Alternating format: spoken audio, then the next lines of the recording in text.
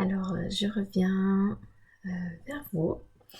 Je vous avais dit que je vous raconterais comment est arrivé ce petit bébé qui est en train de se construire et se développer en moi. Cette troisième maternité à bientôt 38 ans. Je vais vous raconter un petit peu le parcours que j'ai eu au niveau de la maternité. Donc, pour ceux qui me connaissent, voilà, je me répète. Donc, j'ai été maman à 20 ans de ma grande. C'était tellement voulu, c'était tellement attendu.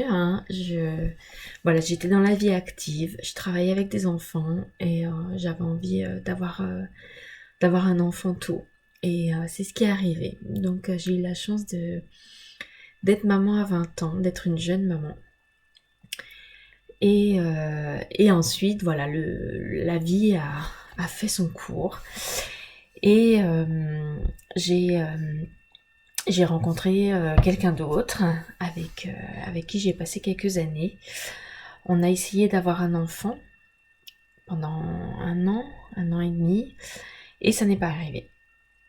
Donc j'ai été déjà quelque peu chamboulée par rapport à cette attente qui n'arrivait pas. Et à nouveau un changement de vie qui m'emmène tout ailleurs. Je change de région, je change de compagnon, j'emmène mon aîné avec moi et on démarre une nouvelle vie autre part. De là, en fait, il se passe quelques années où voilà, on prend de nouvelles habitudes et l'envie d'avoir un nouvel enfant arrive. Il y a de nouveau beaucoup d'attentes. Je commence à pas perdre espoir, mais j'ai du mal à faire face à cette longue attente à nouveau. Surtout que j'arrivais sur mes 35 ans et ça me semblait tard, ça me semblait long. Et il est quand même arrivé un petit bout de chou. Donc ma une deuxième petite fille qui a eu 2 ans. Et du coup, voilà, c'était une grossesse un petit peu particulière. Je travaillais pas mal. Il fallait se lever souvent très tôt. C'était assez compliqué. J'ai eu une grossesse qui était vraiment pas évidente. Et je me suis arrêtée très très tôt. Mais au final, bébé va bien, elle est pleine d'énergie et on est vraiment vraiment comblé de bonheur par ce petit bout. Donc, donc voilà cette histoire. Ensuite, il est arrivé une surprise. À 7 mois de vie pour ma deuxième fille, je suis retombée enceinte. Donc 7 mois après, voilà, j'avais décidé de toute façon de ne plus prendre de moyens de contraception. Pour moi, c'était avec les longues attentes que j'ai pu avoir en attendant un deuxième enfant, je me suis tournée un petit peu vers la symptothermie pour essayer de connaître mon corps et savoir quand est-ce qu'il ovule, etc. Et en même temps, je me laissais complètement vivre. Après cette seconde grossesse, j'avais plus envie de penser à rien. Et en fait, il arrive un bébé surprise. Et là, on s'y attendait pas. Alors, on s'y attendait pas parce que pour nous, cet enfant qui est arrivé 15 ans après la grande, avec mon nouveau compagnon, nous comblait de bonheur. On a eu 3 jours où on a dû faire face à ce qu'on désirait vraiment. C'était compliqué, c'était dur à... Enfin, moi, je pense que personnellement, j'étais en état de choc. Je ne m'attendais pas à ça. C'était pas prévu et du coup, on a forcément parlé de l'arrêt éventuel d'une grossesse. Et il nous a fallu, je pense, 3 jours pour se dire qu'en fait, tout compte fait, on allait prendre ce qui venait et on allait poursuivre cette grossesse. Je ne connaissais absolument pas la datation de ce nouveau venu. Et du coup, on allait d'abord faire une écho de datation qui était vraiment précoce, hein, donc on ne voyait pas grand-chose. Et ensuite, 15 jours après, donc on est retourné à notre rendez-vous. Et là, en fait, le gynéco, il n'est pas passé par 4 chemins. Il nous a juste dit que il y avait 2 poches. Une qui était déjà vide et l'autre où il n'y avait pas d'activité cardiaque. Donc il y avait un œuf clair. Donc là, j'ai été principalement, mon chéri aussi, mais j'ai été une nouvelle fois sous le choc. On n'était pas prêts, ensuite on l'était, on s'est préparé, on réfléchissait même déjà au prénom, et ensuite on nous annonce que en fait ce bébé n'était pas en vie. Alors ça a été dur pour moi d'encaisser ça. Voilà, on est retourné à la maison, j'avais 2 cachets en main. Il fallait évacuer ça au plus vite, c'est ce que j'ai essayé de faire. Donc je les ai pris, ces 2 cachets, à 2 heures d'intervalle, parce qu'en fait le premier n'a pas fonctionné, et le deuxième non plus. Du coup, j'étais effondrée, j'étais encore plus effondrée, je crois. Je me suis emmurée dans une douleur incroyable. Et du coup, on a dû poser une date pour une intervention. Donc, c'était une première anesthésie générale. En plus, pour ce genre de fait, j'étais pas réjouie du tout. Je l'ai très mal vécu, j'étais pas encadrée. Et en même temps, j'en ai parlé assez vite, mais je me suis sentie seule parce que je me suis enfermée dans une douleur qui était juste incroyable. Je comprenais pas, je culpabilisais, je pensais que c'était de notre faute, qu'on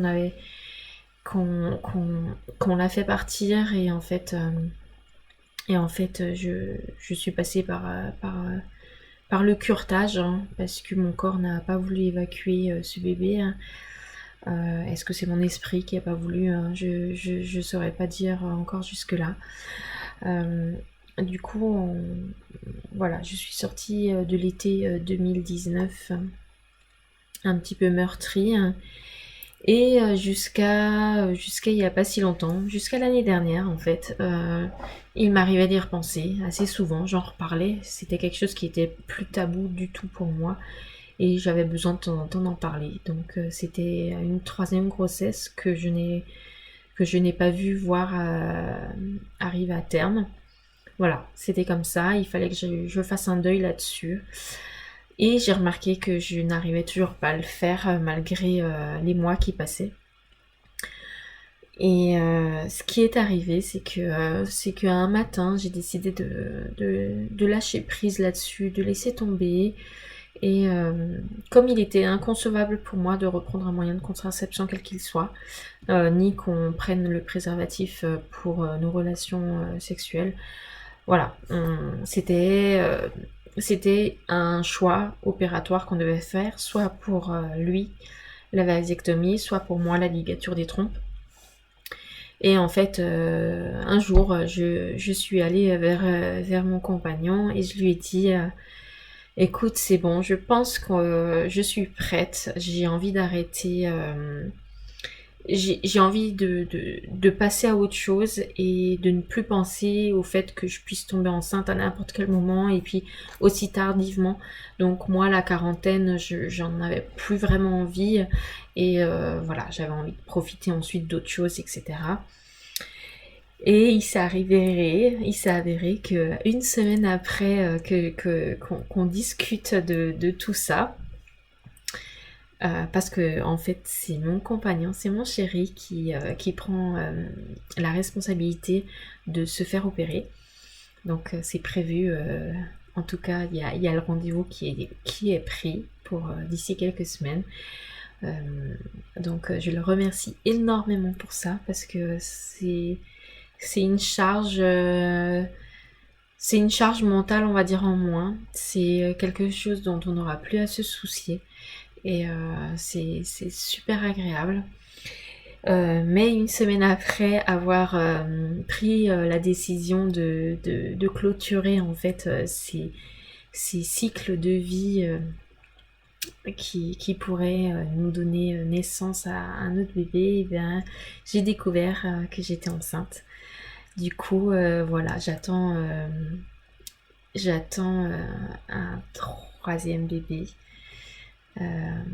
Sur 4 grossesses, voilà, j'attends un troisième bébé. J'ai bien débuté le 5e mois de grossesse. Et, euh, et du coup, voilà, c'était une évidence, quoi. On s'est même pas posé la question. J'étais enceinte. On avait laissé la porte ouverte. Et du coup, voilà, on savait qu'on serait prêt si ça devait arriver. On savait que du moment où on parlerait opération, il y aurait quelques mois encore où, où entre le moment où on en discute et le moment de l'opération, ça pouvait arriver. Je n'y croyais pas forcément parce que entre tous ces moments d'attente hein, et, euh, et puis la vie de tous les jours, tout simplement, le fait qu'on était vraiment chouette, en famille, on avait cette impression d'être entier. Il s'avère il y a un autre petit bébé qui est venu se rajouter. Du coup, ça n'a pas été évident ce premier trimestre, cette fin d'année 2020.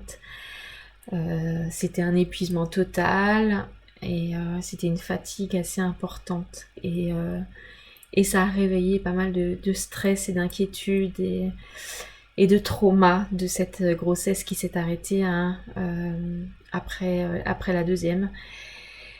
Voilà, j'essaye de le prendre le plus sereinement possible. Je me fais accompagner, voilà, je me sens bien. Je me sens presque aussi bien que pour la toute première. Et, euh, et physiquement, ça passe. J'ai du temps pour moi. Je peux me reposer. J'ai vraiment beaucoup de temps ouais, je dis grâce à cette période, même si cette période, je commence un petit peu à en avoir assez hein, de tout ce qui se passe, mais j'ai beaucoup de temps pour me reposer et vivre cette grossesse au mieux. Et du coup, je suis super contente. Donc voilà, l'histoire de ce troisième bébé quatrième bébé, mais troisième qui arrive avec de belles rondeurs et qui commence à bien gigoter. Et voilà, donc on est tous ravis que ce soit la grande sœur, la petite qui commence un petit peu à se rendre compte légèrement et nous quoi qui allons bientôt préparer tout ce qu'il faut pour son arrivée. Donc, euh, donc voilà son histoire.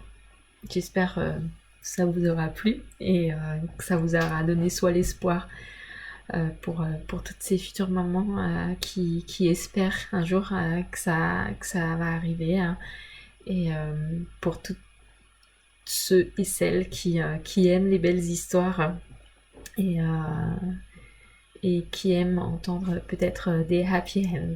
Donc voilà, en tout cas on est ravis et voilà. À 38 ans, je vais avoir un nouveau bébé et voilà, je pense que le destin fait bien les choses, hein, donc c'est génial. Voilà, là je vous embrasse, je vous fais des bisous et puis à bientôt.